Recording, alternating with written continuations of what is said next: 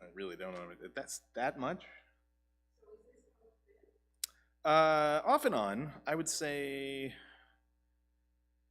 it's been less than a million. I'd say for most of the last month.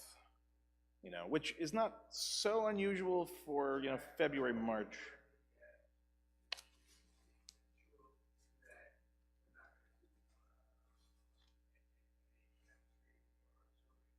What's that?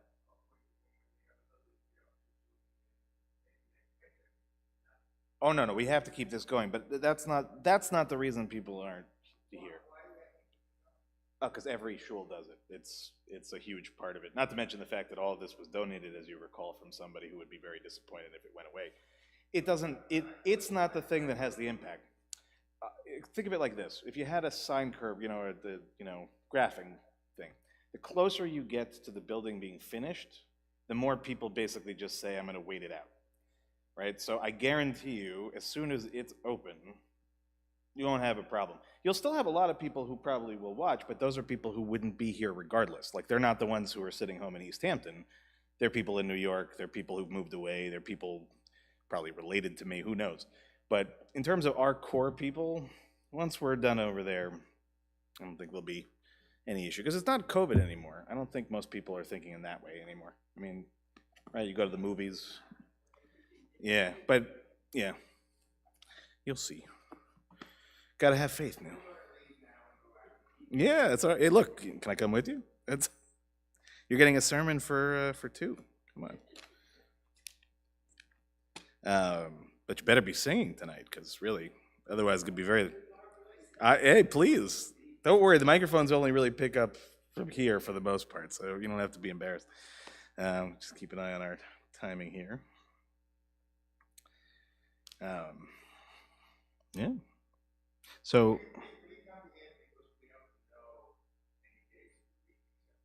Friday. I think that was always the intention of it. I'm pretty sure that people think I only exist on Fridays and Saturdays, that somehow or another I disappear from the world. Um, yes, amazing, amazing. I couldn't agree more. Truly phenomenal person and getting this stuff done, because man, there's a lot of stuff done. I still haven't been down in the sub basement yet. That's the one place I'd love to see, because I hear it's gigantic. 2,500 square feet is unbelievable, right? That's significantly larger than my house.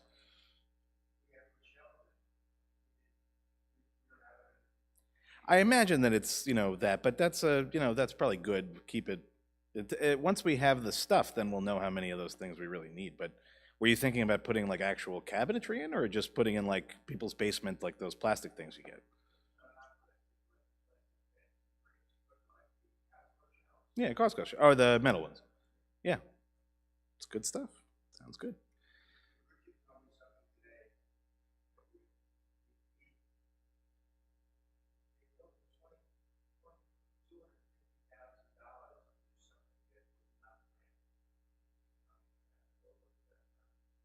Yeah, I would imagine so. That's quite a surprise.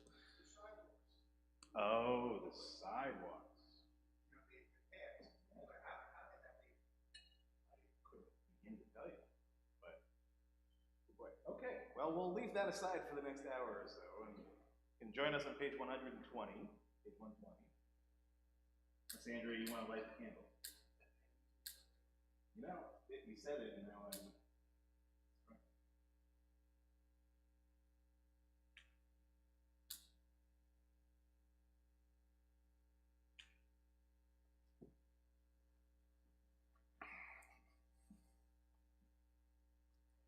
Baruch atah Adonai Eloheinu melech haolam asher kitshanu b'mitzvotav v'tzivanu lehadlik ner shel Shabbat. Amen. Nice singing, guys. Nice. All right, so we're going to turn now to page 130, and we'll begin Kabbalat Shabbat at the top of the page. And I'll invite you tonight, Neil, Andrea, you got any questions? You can throw them out during the service, since it's. Oh, well, no, I mean, look, we might as well have a good time. No, look, I. Well, we're still having a good time. All right, page 130 at the very top. Lechu nerahanena, lechu nerahanena, lechu nerahanena, ladonai. Lechu nerahanena, lechu nerahanena, lechu nerahanena, ladonai. You're making me laugh. Naria, naria, letzoi shenu nekadma fanav vetodah. Naria, naria, letzoi shenu, bizmirot naria lo. Lechu nerahanena, lechu nerahanena, lechu nerahanena, ladonai. Lechu nerahanena, lechu nerahanena, lechu nerahanena, ladonai. All right, we'll turn now to page 131, Shiru Ladonai, at the very top of the page. Shiru Ladonai, Shiru Shir Chadash, Shiru Ladonai, Kol Haaretz, Shiru Ladonai, Baruch Hu Shemo, Basru Meyom Leyom Yeshuato, Shiru Ladonai, Baruch Hu Shemo, Basru meyom leyom Yeshuato, Shiru Ladonai, Shiru Shir Chadash, Shiru Ladonai, Kol Haaretz, Shiru Ladonai, Baruch Hu Shemo, Basru meyom leyom Yeshuato, Shiru Ladonai, Baruch Hu Shemo, Basru meyom leyom Yeshuato. We'll turn now to page 132, or Zarua, the last Hebrew paragraph at the bottom of the page. Or Zarua lahatzadik, uleishrei lev simcha. Or Zarua lahatzadik, uleishrei lev simcha. Simechu tzadikim bahadonai, behodu lezecher kodsho. Simechu tzadikim bahadonai, behodu lezecher kodsho. We're now on page 134, Zamru Ladonai, at the very top of the page.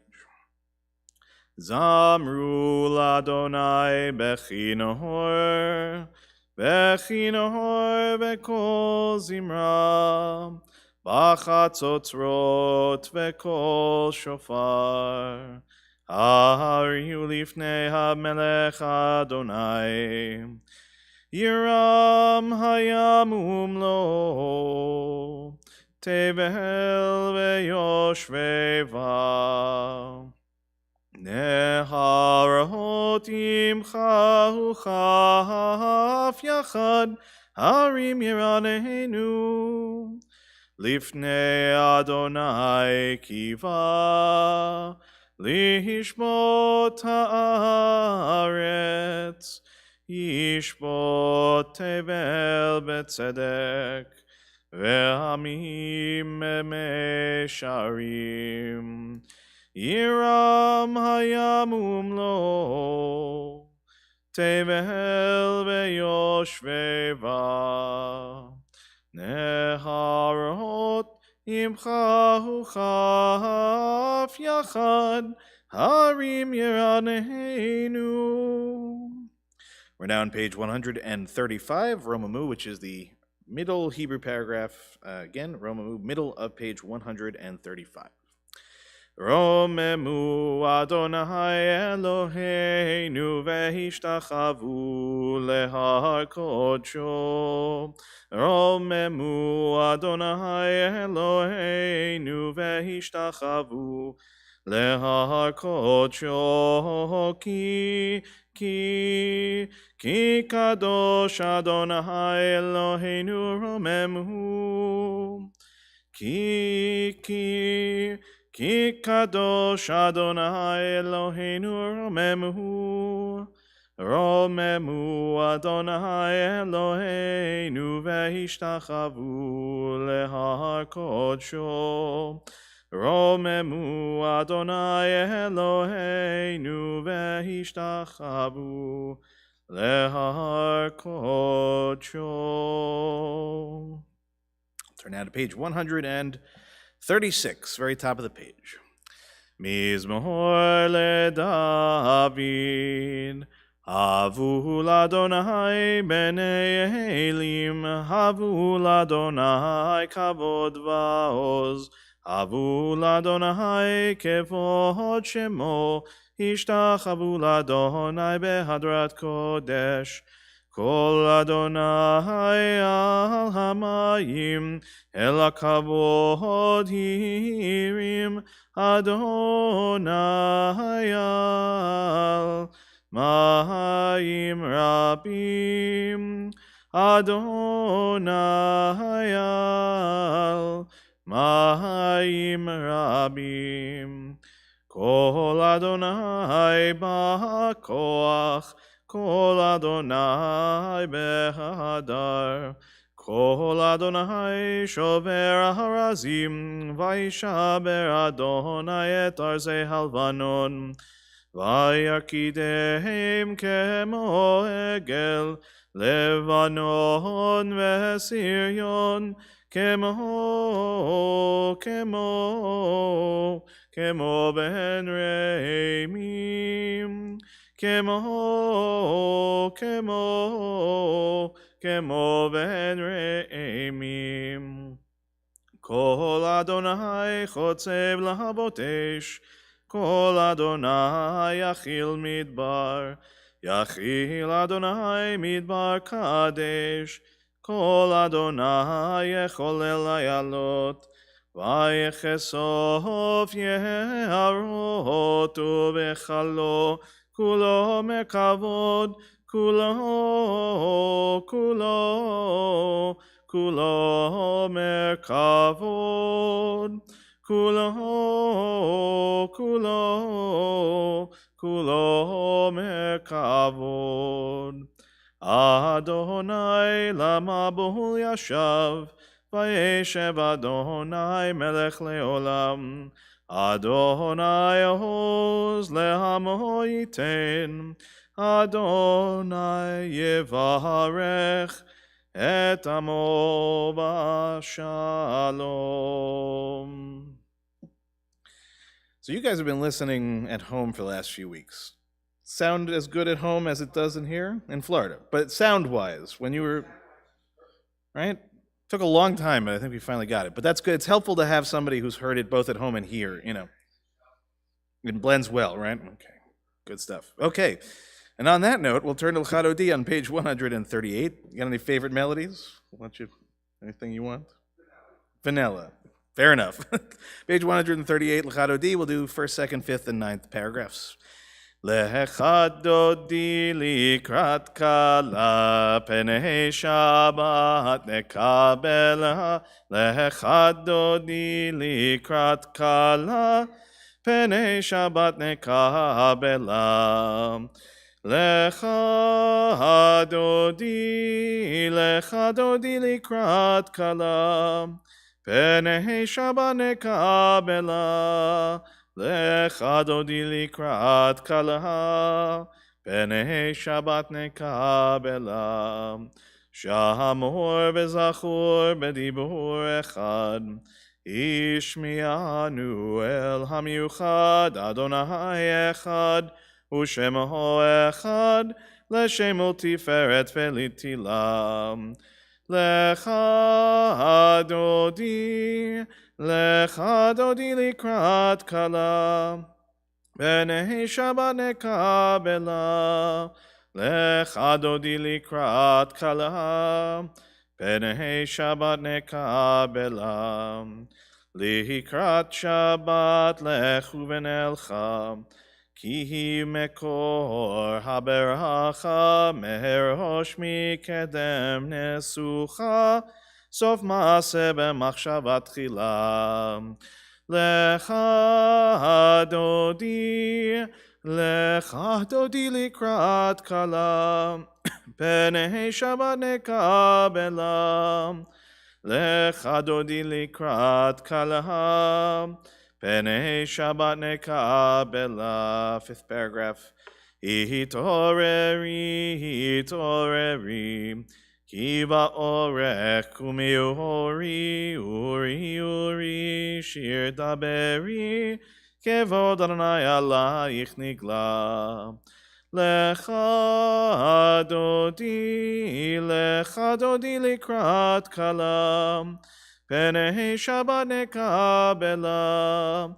Lecha dodi likrat kalam, penei Shabbat nekabela. And we'll rise if you want. Face that way.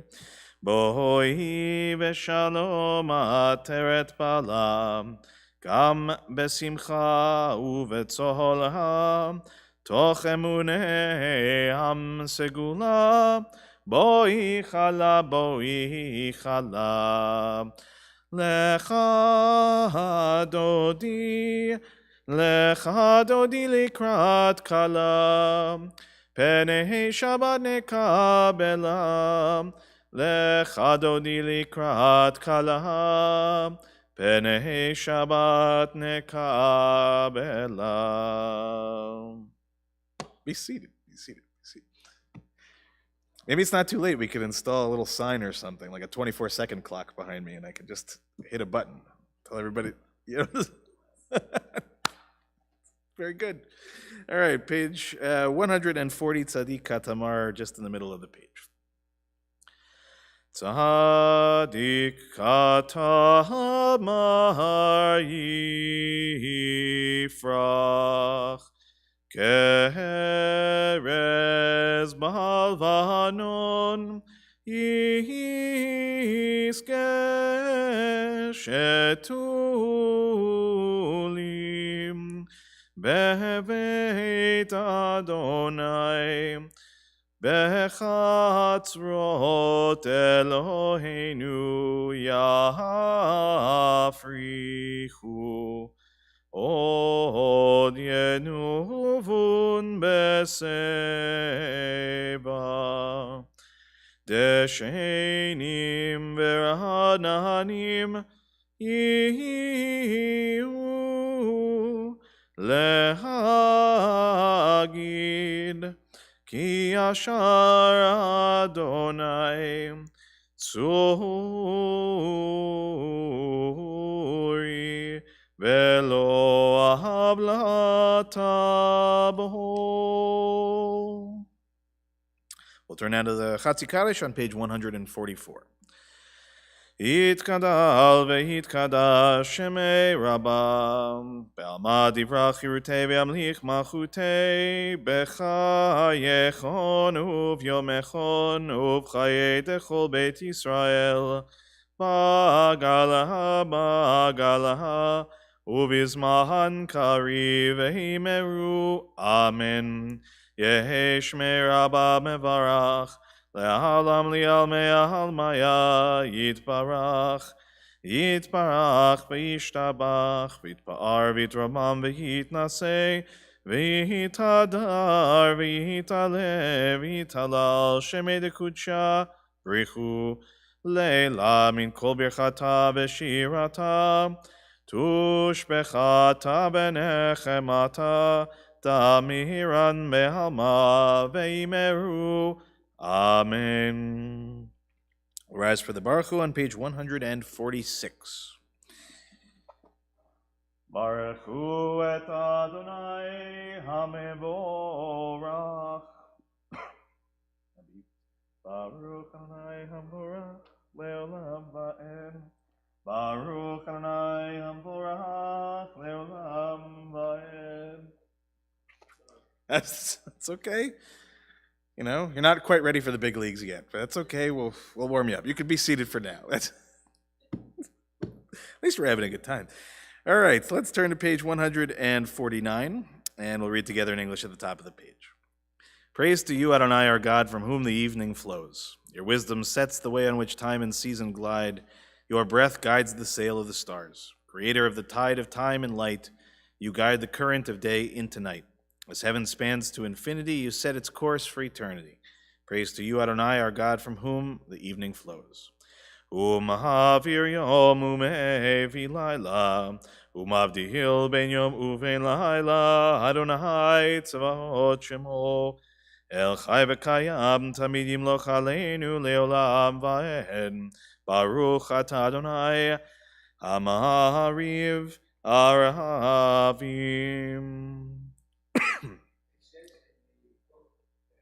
The cantor and the rabbi has, yeah. Look, you tell me where it says and tell me where to put our hands. It's very, you never know where to put your hands. I could be like, Obama did this thing whenever he spoke. Everybody's got their thing. Me, I like pockets. What can I tell you? All right, we're on page 151 at the very top. As you taught Torah to those whose names I bear, teach me Torah too. Its mystery beckons, yet I struggle with its truth. You meant Torah for me. Did you mean the struggle for me too? Don't let me struggle alone. Help me to understand, to be wise, to listen, to know. Lead me into the mystery.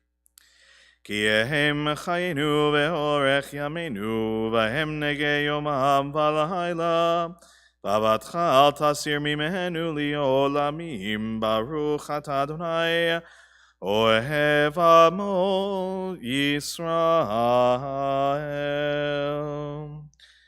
Shema Yisrael, Adonai Eloheinu, Adonai Echad. We're now on the top of page 154. Ve'ahavta et Adonai Elohecha, b'chol lebavcha, v'chol nafshecha, u'v'chol me'odecha, ve'hayu hadvarim ha'ele. Asher Anochi mitzavcha hayom al levavecha veshinantam levanecha v'dibarta ba'am b'shivtecha b'veitecha u'v'lechtecha b'derech u'v'shochbecha u'v'kumecha u'kshartam leot ayadecha v'hayu letotafot b'ninecha u'chtavtam al mezuzot beitecha u'v'hisharecha Leman tiskeru v'asitem et kol mitzvotai v'item kedoshim le'Elohechem. Ani Adonai Elohechem, asher hotzeiti etchem me'eretz Mitzrayim liot lachem le'Elohim. Ani Adonai Elohechem, Adonai Elohechem emet. Just for you, Neil, we're going to read on page 155, because you always ask me to do this, and we never do. But it's a nice reading. Nice reading. Page 155. Love your God with every heartbeat, with every breath, with every conscious act. Keep in mind the words I command you today. Teach them to your children. Talk about them at work. Whether you are tired or you're rested, let them guide the work of your hands. Guide them in the forefront of your vision. Do not leave them at the doorway of your house or outside your gate. They are reminders to do all of my mitzvot so that you can be holy for God. I am Adonai your God. I led you out of Egypt to become your God. I am Adonai your God. So we'll turn now to page 158, Michamocha, at the top of the page. Yabai bye bim bim bim bam, yabai bye bim bam, yabai bye bim bim bim bam, yabai bye bim bam, yabai ba ba ba ba, yabai bye bim bam, yabai ba ba ba ba, yabai bye bim bam. Mihi chamocha bailim Adonai, mihi kamocha nedar bakodesh. Nor hatehilot osefel, nor hatehilot osefel. Yabai bye bim bim bim bam, yabai bye bim bam, yabai bye bim bim bim bam, yabai bye bim bam, yabai ba ba ba ba, yabai bye bim bam, yabai ba ba ba ba, yabai bye bim bam. Malchutecha ra'u vanecha, bokeam lifnei Moshe u'Miriam, zeli anu ve'amru, Adonai yimloch le'olam va'ed. V'nemar kifad Adonai et Yaakov, u'golo miad chazak mimenu, Baruch atah Adonai, Gal Yisrael. Let's read together on page 161. Let there be love and understanding among us. Let peace and friendship be our shelter from life's storms. Adonai, help us to walk with good companions, to live with hope in our hearts and eternity in our thoughts, that we may lie down in peace and rise up waiting to do your will. Hashkivenu, page 160. Hashkivenu Adonai Eloheinu leshalom, ve'hamidenu shomreinu lechayim. Hashkivenu Adonai Eloheinu leshalom, ve'hamidenu shomreinu lechayim. Ushmor tzeteinu uvoeinu lechaim u'shalom me'ata ve'ad olam. Ashkivenu Adonai Eloheinu leshalom, ve'hamidenu shomreinu lechayim. Blessed are you, Adonai, guardian of Israel, whose shelter of peace is spread over us, over all your people Israel, and over Yerushalayim. As we turn to page 162, Veshamru at the very top of the page. Veshamru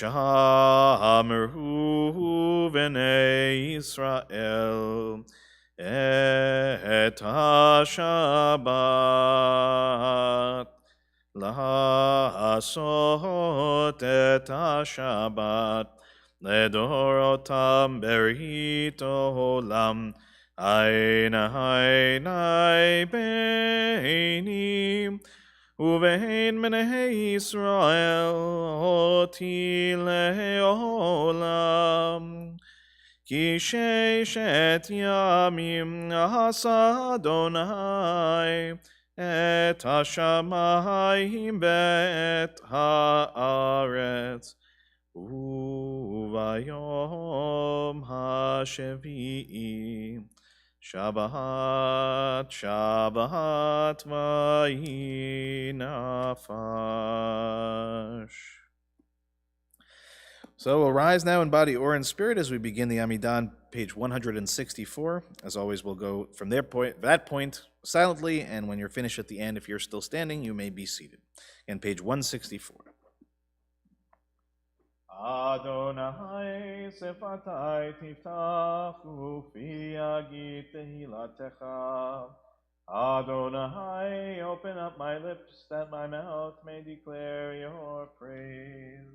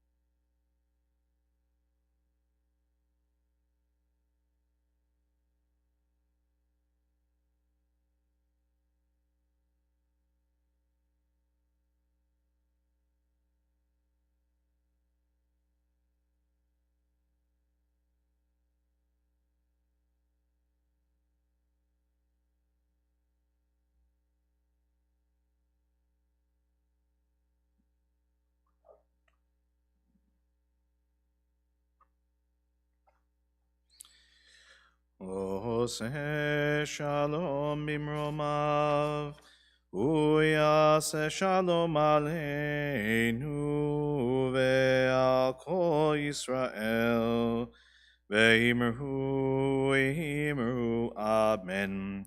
Yase shalom, shalom aleinu ve'al kol Yisrael. Yahase shalom, shalom aleinu ve'al kol Yisrael. We'll turn now to page 371 to offer our Mishaberach, our healing prayer this evening. We'll begin by thinking of those in our community who need a little bit of that extra healing this week. Benzi Tepper, Allison Luckman, Malka Bat Chaya Sura, Michael Klinghoffer, Aimee Cass, Warren Cass, Rivka Bat Rachel, Leah Bat Naomi, Gedalia Ben Sylvia, Lorena Davis, David Dowling, Sivia Devorah Bat Francis, Muriel Hirsch, Michelle Sawicki, Francis Kirschman, Shelley Newmark, Diane Axelrod, Gabriella Spicer, Barbara Kushner, David Kyle Klotman, Hoyle Ben Hananya, Devorah Batsima, Rebecca Snyder, Jeffrey Miller, Shelley Lyman, Deborah Block-Kroll, Sylvia Oren, Stanley Rappaport, Karen Layton, Debbie Bookvar, Carol Javna, Lori Nisanoff, Roberta Kyle, Miriam Batchaya, Dina Batchana, Rebecca Rubin, Miriam Levy, Deborah and John Fogarty, Kane Kessler, Hilda Mintz, John Mahoney, and Kim Birnbaum. In addition to everybody that we just mentioned, you guys have anybody you want to add to the list? And Josie, anybody? We'll turn to page 371 in the middle of the page to offer our Mishaberach together. Mishaberach avotenu mekor habracha leimotenu. May the source of strength, who blessed the ones before us, help us find the courage to make our lives a blessing, and let us say, Amen. Mishaberach imotenu, mekor habracha lavotenu. Bless those in need of healing with refuah shlema, the renewal of body, the renewal of spirit, and let us say, Amen. All right, so I'm going to give you the choice. I have a sermon, or you can ask me questions. You tell me, whatever you prefer. You can ask, one question to me could be 15 minutes, you never know. You have to be very careful about it. But if I think let's go with questions tonight. Anything. Josie, you included. You can ask anything you want. Andrea, okay. Excellent question. Okay, so those that can't hear at home, Andrea asked, why is it okay for the rabbi to use that clicky dealy as opposed to matches? Rabbi, giant magnifying glass, No, is a good question. In other words, it's a mechanical instrument of some sort, right? You pull that thing, it turns on a lighter with butane. It's not a match, right? So the simple answer to Andrew's question is it's a Reformed community, so some of the considerations around technological things are lesser. But actually, it wouldn't even be an issue at all because look outside. Exactly. So... that's also true, but at least this evening there is, exactly. 2 weeks ago when it was dark outside. The truth is actually, when we get back to the temple, we'll be able to have our real candlesticks back out the way we used to. We'd put them out sort of right in front of the lectern and stuff like that. But, while we've been here, these we had from when we were doing services at Cor Maria, to keep the wind from, knocking it around. And then the long extendy thing becomes necessary because you have to get inside of the thing in order to reach it. So I think the real answer to your question is, if we used matches, I probably would have lit myself on fire by this point. From what I understand, I'll tell you one of my favorite Neil stories that he probably won't remember. So I think this was our first winter that we were living here. And there was that winter where we got like 3 blizzards and like feet and feet of snow. And I was, Lou and I were living at the time where Rabbi Leon and his family had lived, which had a house with a very narrow entranceway. And when the wind blew, it basically blew the wind, the snow up to about here. So I thinking, okay, I've got a shovel. I'm going to go outside and shovel the walk. I'll get it out. So I call Neil and I tell him that's what I'm going to do. And there's a short pause, and he says, absolutely not. And I said, well, why? It's like, because we like you. In other words, it's all we need, right, is the rabbi doesn't make it back from his excursion 2 feet from the house to shovel snow. But you were probably right. I would have probably, hurt myself in some capacity. So I like my job too much, Andrea, to take that kind of risk. But the question about what is, yeah. No, the question behind the question is, an Orthodox person would not have used, well, the truth is, again, when it's still light out like this, there's no problem with using, something like that. But my guess is that in most Orthodox environments, you're sticking with the simplest means by which to start a flame, and that's a match. But, as far as the question behind the question about what's allowed and what's not allowed, right, in the Orthodox world, most of the things that we take for granted aren't. However, many, if not most, Orthodox synagogues still operate using basically a helper person. There's a term for it I'm not going to use, but right, a person who's not Jewish, who comes in, turns the lights on, turns the lights off, turns the heating on, turns it not. So I'll just say that role, just as an interesting sort of cultural phenomenon, I can't tell you how many people I've met, not Jewish people I've met over the years, who proudly come up to me and tell me about their childhood, for example, in Brooklyn, where that was their job. They were a little kid, they got paid a little bit of money, they'd come and flip the light on, so that way the Orthodox person isn't violating the thing, but at the same time, there's a need for light. And the truth is that while that may seem like, what's going on here, it's a loophole, or why not just make it straightforward and just say, if you're turning the lights on for the purposes of davening, that should be okay. It's more the way that the rabbis tended to handle situations like this, where they look at the ultimate goal, which is not a whole lot of people going to want to come to shul if it is 30 below zero and dark in the sanctuary, right? You got to have light, you got to have heat. And so while the Torah is actually very explicit about the fact that you can't start any fires, right, once Shabbat begins to the end of it, the rabbis basically find a way in which to allow for things, for example, that are started before Shabbat to continue on through it. So I don't know when you were growing up, did you have a blech? Do you know what a blech is? Unless I'm mistaken, if I'm understanding, it's sort of a heating implement. So things like cholent, for example, right? Cholent becomes a staple of Shomer Shabbat eating because you basically can turn this thing on, leave it at a low burn. Yeah, but the blech, I think, is a flat surface, if I remember correctly, but essentially it's a safer way of leaving your stove on all night. But Shabbos elevators. The bane of most people's existence in hospitals, unless you are Shomer Shabbat. So for those that don't know, maybe Josie, you're not familiar, in many hospitals in particular, but a lot of hotels also at certain places, in Israel it's pretty much standard. Apartment buildings, absolutely. So what happens is, starting Shabbat until the end, it just basically automatically goes. It goes floor 1, 2, 3, 4, back down to the bottom, and so on. So that way, a Shomer Shabbat person who just happens to be standing in front of the door when it opens, and just so happens to walk onto it, and just so happens to wait until their appropriate floor, and then walk off of the elevator, has a means to get up, which again may seem like a loophole until you realize people do live in apartment buildings, right? Imagine you lived on the 25th floor and you were Shomer Shabbat, right? And let's imagine you have a knee injury. What are you going to do, right? So there are a lot of things, I would say, even in Orthodox Judaism, right, that allow for certain reasonable accommodations to take place when the ultimate goal is fulfilling mitzvot or celebrating Shabbat or things of that nature. But it's always a very delicate balance. And in terms of our synagogue, it's a very interesting question, right? Because we could have gone in any number of directions at any number of points in history, but I think we're trying to strike a balance between, honoring some more traditional elements and allowing every once in a while for the lazy rabbi to be able to light the candles from a distance without having to strike a match, Of course I said it. Look, if nothing you know about your rabbi, I can make a joke about myself from time to time. But I think when we get back to the temple, we're going to use the matches like we used to. If nothing else, because it's always humorous to see somebody attempt to make it, and it always takes that extra 30 seconds, which is nice.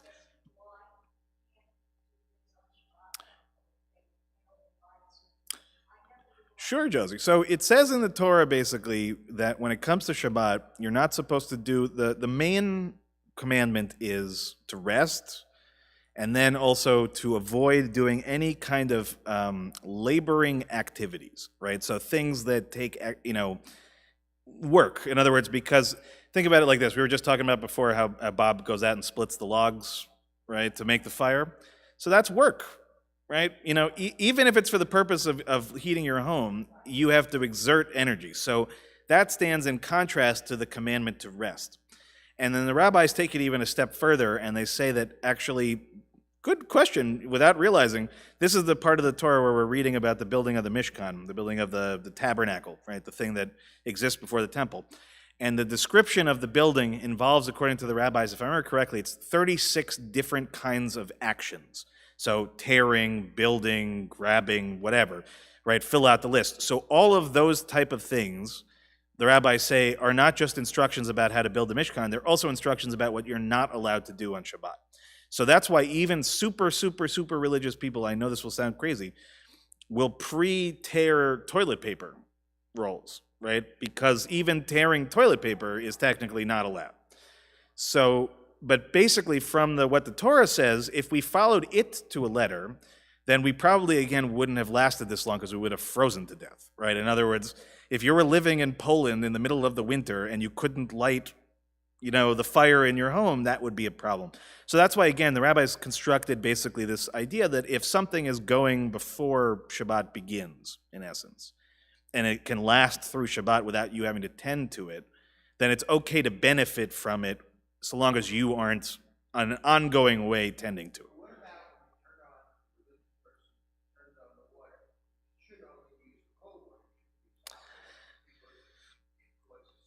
This is a good question. So Neil is asking a question, right? So a person who's observant, Shomer Shabbat, shouldn't really be able to use hot water because hot water is not sitting there constantly hot. It's hot because, right, the boiler in your house turns it on and boils it. So it's a valid question. I don't know that I could comment and say that people do or don't. Right. The water isn't Jewish. All right. The water's just enjoying a nice bath, yeah. Yeah, what are Leon saying? Very good. So Neil's story, we won't repeat. But basically, I think, yeah. Sure. Yes, that is another thing. That's a whole nother thing. So what Andrea was referencing is going out to dinner in a kosher restaurant and opening a kosher bottle of wine requires a Jewish person to open the bottle. In other words, a non-Jewish person can't open it. And it's not just about the the wine bottle necessarily, but it is to some degree. So to make a long story short, it's what's called a hashkacha, the thing that makes something kosher or not kosher, allowed or not allowed.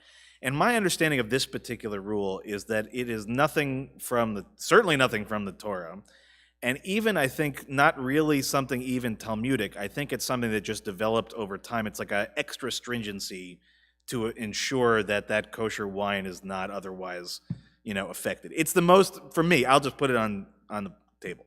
To me, it's one of the most absurd things that we have. Okay, there are plenty of things that are absurd, but yeah, no. I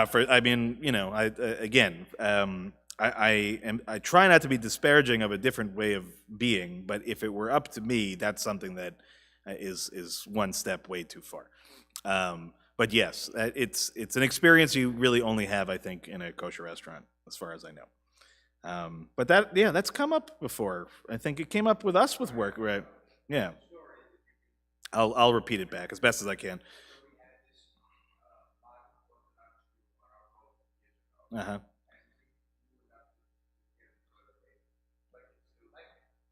Oh.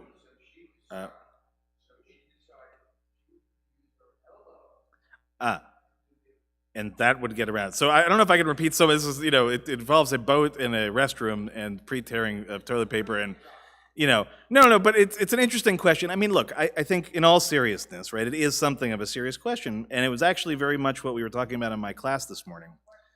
As a statement, but I'm going to turn it into a question for the sake of everyone else who's watching at home, that how does a religion as old as ours, with a system of law as rigorous as ours, stand the test of time? If it stayed completely still from the moment that it was received on Mount Sinai to today, we would look and act very different than we do today.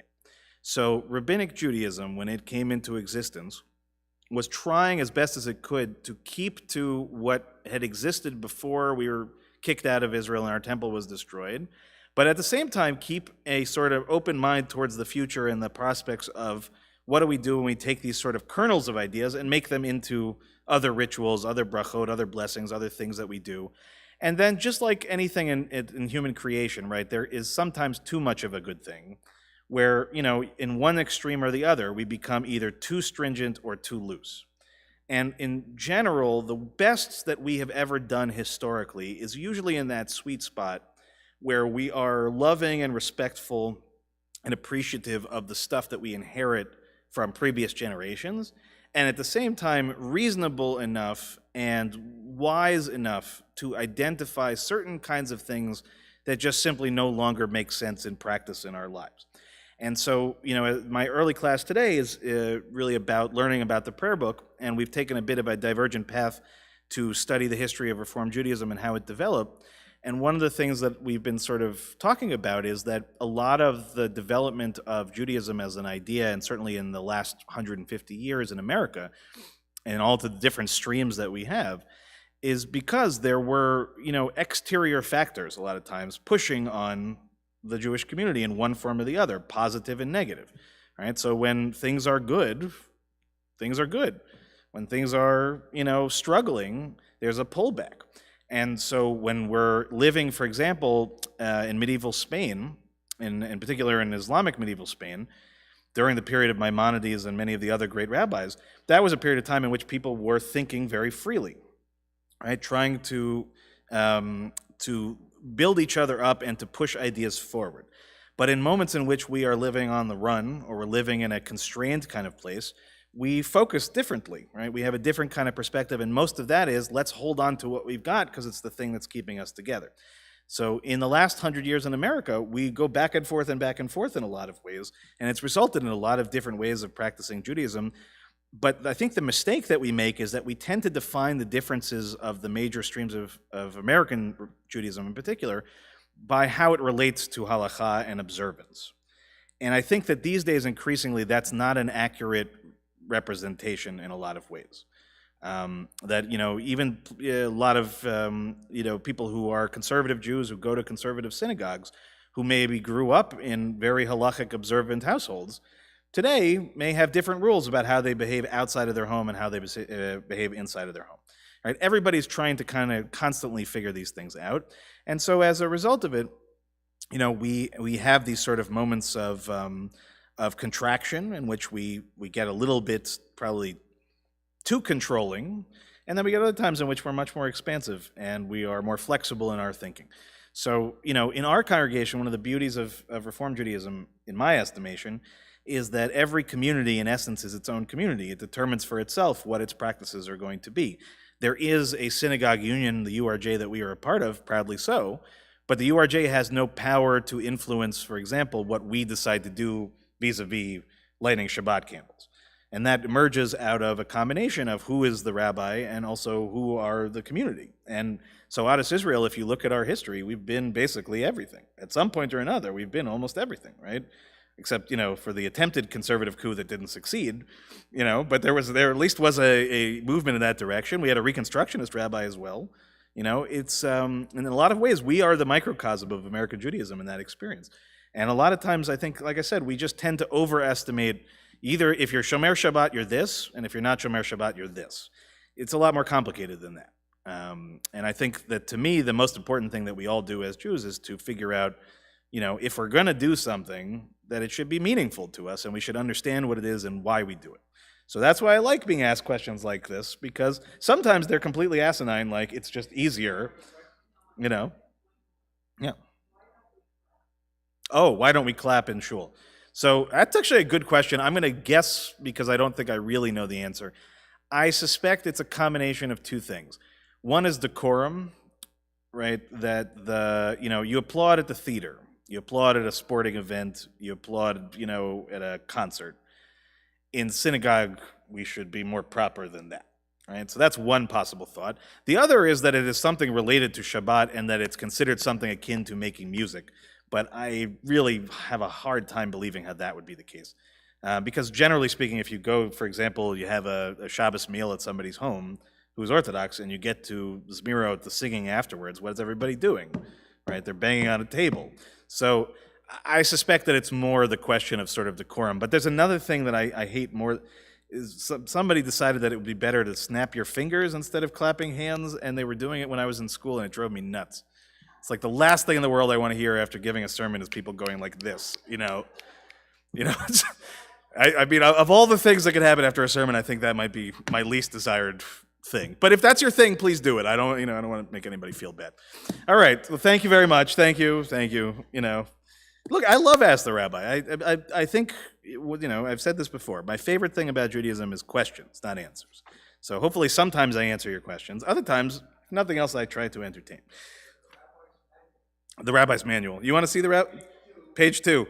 Let me tell you the one thing that your rabbi does not use, the Rabbi's Manual. That is the one thing. I used it for the first 6 months that I was on the job, and then I realized that I have a brain, and then I can speak for myself. But in any case, we're going to turn now to page 586 at the very bottom of the page, and if you're with us in the room, you can rise in body or spirit. Aleinu l'shabeach on the very bottom of the page. Aleinu l'shabeach l'adon hakol, latet gedula liotzer breshit, sheloho asanu kegoyei ha'aratzot, veloho samanu kemishpachot ha'adama, sheloho samach elkeinu kahem, vegor aleinu kechol hamonam, v'anachnu kor'im, umishtachavim, umodim, lifnei melech malchei hamlachim, HaKadosh Baruch Hu. Page 591.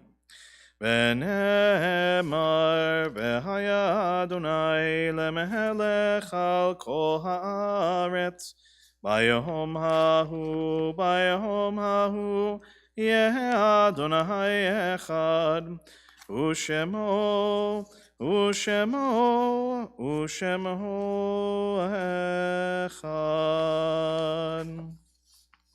I invite those in mourning and those observing yahrzeit to please remain standing. Everyone else may be seated at this time. We think of those who've passed in our community in recent months: Martin Blake, Sandy Greenwald, Jane Beard-Cass, Dorothy Klein, Buddy Kossoff, Emmanuel Kiprios, David Lieberman, Norma Polsek, Marvin Schreier, Sandy Slip, Larry Wartor, Rita Weitzman, and Yael Zerdar. We also mark the yahrzeits that occurred during the last week for Beatrice Aaron, Leonard Barron, Murray Bergman, Sally Burke, Simon Chiat, Arlene Eber, Herman Epstein, Sue Fisher, Harry Fleischer, Solomon God, Isidore Harkabay, M.L. Hart, Donald Katz, Gertrude Katz, Herta Cohn, Louis Leonard, Sandra Luongo, Joseph Moskowitz, Kiki Riskin, Samuel Sanborn, Gussie Schenker, Geraldine Scholl, Marzine Taylor, Michael Warner, Carol Wechter, and Arthur Weiss. In addition to those names, anyone with us tonight saying Kaddish for anybody? Yeah. And of course, we'll invite those watching at home, if you have names to share as well, and invite the mourners to join me on page 598. Yitkadal ve'yitkadash shemei rabbah. Be'alma divra chirutei ve'amlich malchutei b'chayichon u'v'yomechon u'v'chayei dechol beit Yisrael b'agala u'v'zman kariv ve'imru amen. Yehei shemei rabba mevarach le'alam u'le'almei almaya. Yitbarach ve'yishtabach ve'yitpa'ar ve'yitramam ve'yitnaseh ve'yithadar ve'yit'aleh ve'yithalal shemei dekudsha brichu. Le'ilah min kol birchata v'shirata tushbechata v'nechamata Ta'amiran be'alma v'imru amen. Yehi shalama rabba min shemaya v'chayim aleinu ve'al kol Yisrael v'imru amen. Oseh shalom bimromav hu yaseh shalom aleinu ve'al kol Yisrael v'imru amen. Zichronam livracha, may every one of their memories be for a blessing. All right, Shabbat shalom, everybody. Okay, announcements. First is, please join us for Shabbat services tomorrow morning, 9:30. If you'd like to join us here at the Old Whalers Church, just a reminder, we'll be in the chapel, so enter through the side. We won't be here for much longer, so if you've been waiting for the experience of having Saturday morning services at the church, you've only got a few more weeks left. Just putting that out there. Of course, you can also join us for Torah study at noon on Zoom. And of course, we want to thank everybody for your really generous contributions to help us with our Purim food bag distribution last week. We gave out 38 bags of various foodstuffs to some of the Sag Harbor Elementary School families who could use a little bit of help this time of year. So I hope everybody feels very good about the Matanot LeAvyonim and fulfilling that very important mitzvah of celebrating Purim. Hopefully you saw the email about Pesach. Last year, I very much hope that we have to do a virtual Seder. Next year, we'll have a wonderful place to have a Seder and a wonderful kitchen to cook it in, but we're not quite there yet. So join me as we've done the last few years, and we have a nice time. I actually really enjoyed those Zoom ones because it opens up certain flexibilities that you don't have when you're in the room. And as I always say, the most stressful part of our Seders before COVID was timing the food.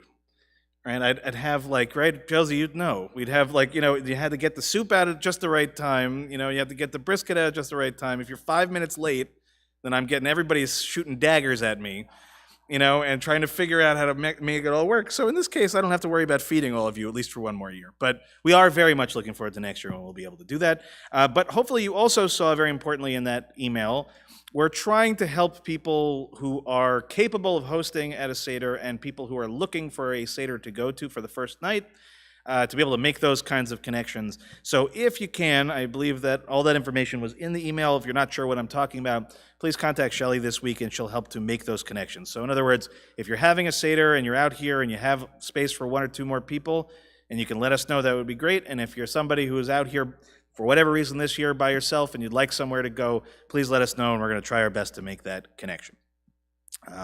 Just a reminder, the Women's Seder is just around the corner. It's Sunday, March 26th, and that's going to be on Zoom. And we're very happy that our previous student cantor, Cantor Lauren, will be participating again this year and helping to lead it. But please do make sure to register. Pre-registration is required.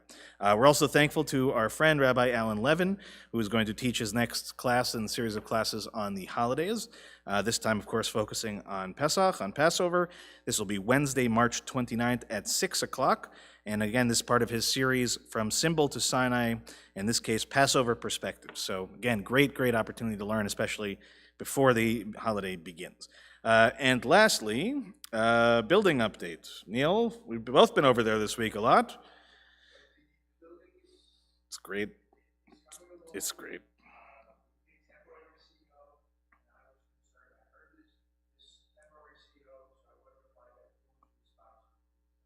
And did you find out? Okay, good. So we know how to get a temporary CO. That is very important. Certificate of occupancy for those, of the layman's.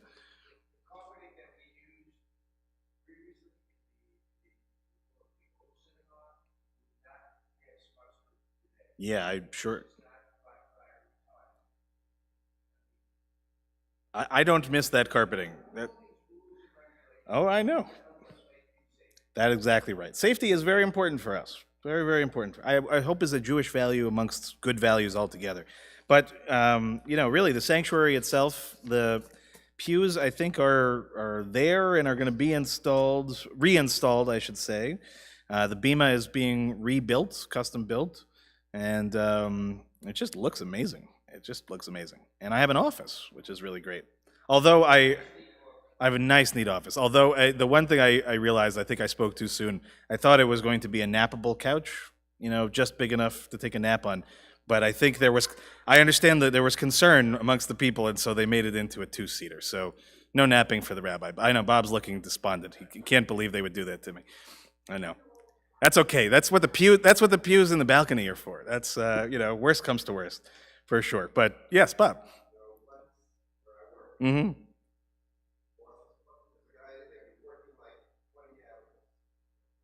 Uh-huh.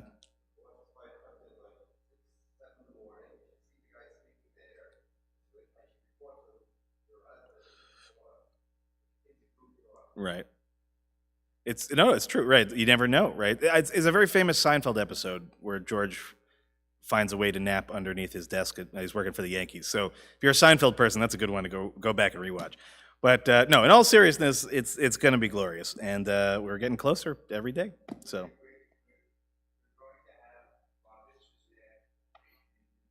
Exactly. Our very first Shabbat back will be a bat mitzvah in the morning and a bar mitzvah in the afternoon. Amazing. First Shabbat in May. First Shabbat in May. Yeah, so it's really right there. That's why I'm saying, we will, in our own way, we'll miss this place. So, it's lots of blessings. Yeah, it'll be good to be back home. And definitely pay close attention to announcements as we get closer. We will let you guys know. All right, so with that, any requests for a closing song? Fagans, Bob? Anything you love? In Keloheinu Man? Adon Olam? Adon Olam it is. Adon Olam, page 625. Adon Olam asher malach beterem kol yetzir nivra liet nasa bechefzo kol Azai melech shemo nikra ve'acharei kichlot hakol levado yimloch nora vehu haya vehu hove vehu yeh betifara vehu echad ve'en sheni lehamshilo lehachbira Beli Reshit, Beli Tachlit, Velo Haoz, Veha Misra, Vehu Eli, Vechai Goali, Vetzor Chebli, Betzahara, Vehu Nisi, Umanosli, Menat Kosi, Beyom Ekra, Beyado, Afkid Ruchi, Betishan, Ve'ahira, Ve'imruchi geviati Adonai li velo ira. Rise for Kiddush, page 123. Baruch atah Adonai Eloheinu melech haolam borei peri hagafen.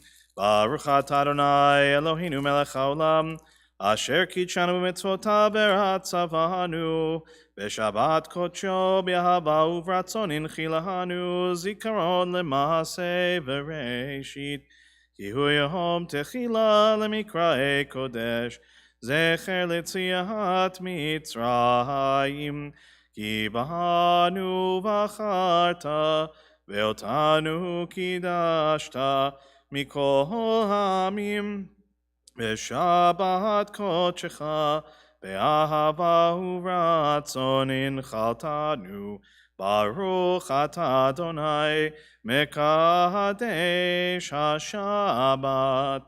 Amen.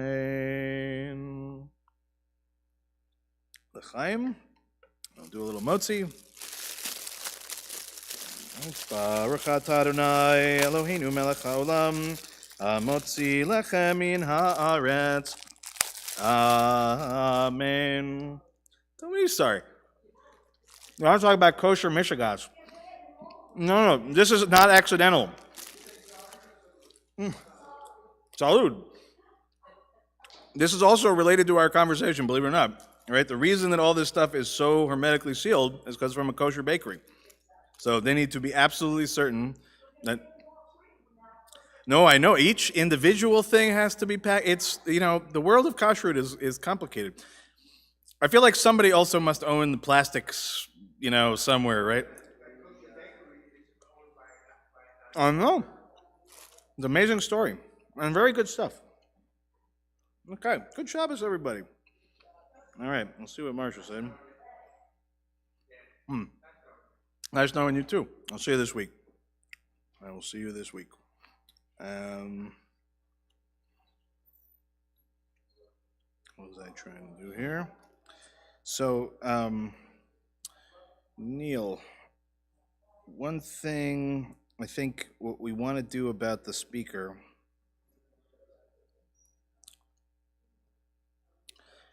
Neil, I'm going to email the company they're buying the speaker from and ask them is this something, that can be done as far as painting it to, my guess is it's like anything else, right? You could probably pay a painter who's gonna be able to do it. I just didn't want to do anything that's gonna damage the stuff.